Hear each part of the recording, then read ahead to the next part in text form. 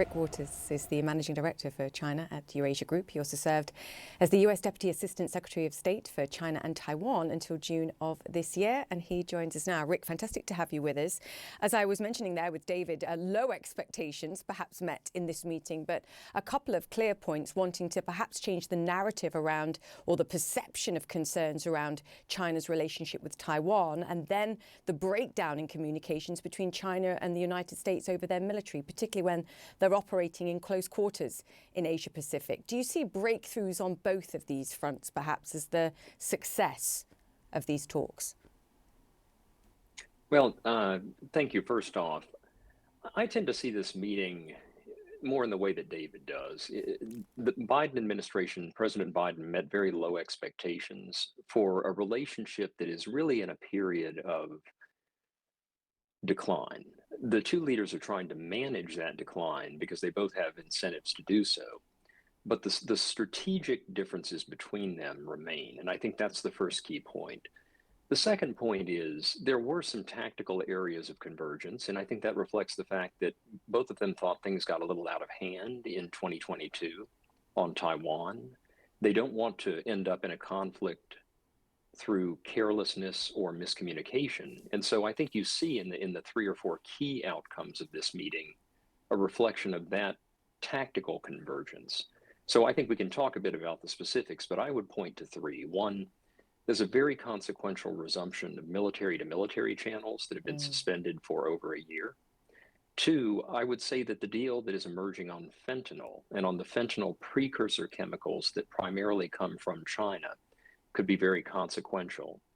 And third, I think this agreement to discuss the issue of artificial intelligence and keeping it out of the weapons control chains is potentially consequential because ultimately the US and China are the only two countries that really face that challenge today.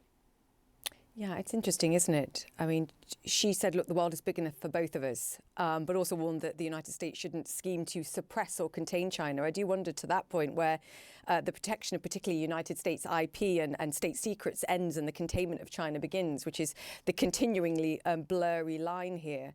But it was interesting, I think, and I heard that President Biden said to Xi, look, you're going to be dealing with me for the next 5 years. The assumption there being he continues to run for president in 2024 and is the president after that. Rick, how does the politics of this and who China's dealing with beyond matter in terms of their thinking? Does it change much, whether it's the Democrats or the Republicans next year, at least in their mind, do you think? Well, I think the comment that you referenced from Xi Jinping is a very important one. I think that the Chinese leadership have a very dim long-term view of what they perceive as a U.S. containment policy. Now, we can talk about why that's a misperception, but the reality is that's the way they see it. The second thing is I don't think they detect immense differences between administrations at this point. They know that strategic competition is the new framework. That competition will intensify. And I think a lot of what you saw Xi Jinping trying to do in the run-up to this meeting is to diversify his stabilization effort around the executive branch.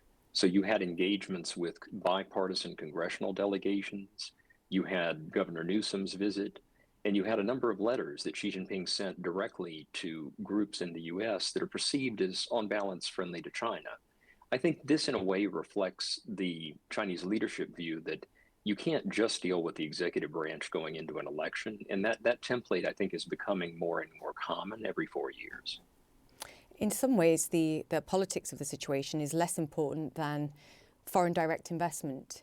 Businesses, American businesses, for example, and others, of course, investing in China. And we have seen a drain of that foreign investment and deep disquiet, I think, from business leaders over what President Xi and the administration stands for versus how they act.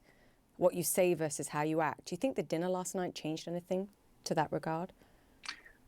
Well, I think Xi Jinping was trying to set a positive tone, and there was a lot of that in his speech. But when you look for specifics, the types of things that the business community is most interested in with regard to perceptions of the China market, the speech was a little bit lacking in that regard. And I think it gets back to a broader point, which is that the fundamentals of investing in China are evolving, whether it's equity investments, the risks of long-term foreign direct investment. And I think that's primarily because of the Chinese economic model and where foreign businesses fit in.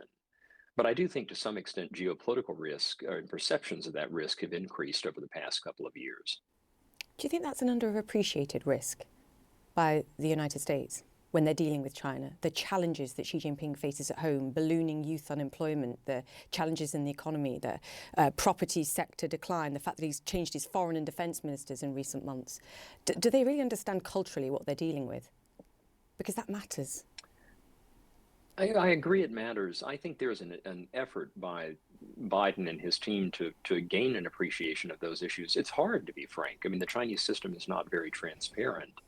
But I think more fundamentally, the challenges that are going on in the Chinese economy right now, I think to some degree reflect a longer trajectory of an unwillingness to undertake reform by definitions that I think would make the Chinese economic future prospects and direction more compatible with a healthy US China relationship. I mean, so long as the reliance is on state industrial policy and related measures that aim ultimately to dominate advanced technology and have a mercantilist flavor, it's going to be a very hard and unstable economic relationship. And that will therefore no longer ballast the competitive aspects of US China relations in the military domain and elsewhere. Yeah, the big themes in this relationship, the trajectory of them aren't changing. So negotiating around that is the real challenge here. Rick, great to chat to you. We'll speak again, no doubt. Rick Waters, Managing Director for China at Eurasia Group there.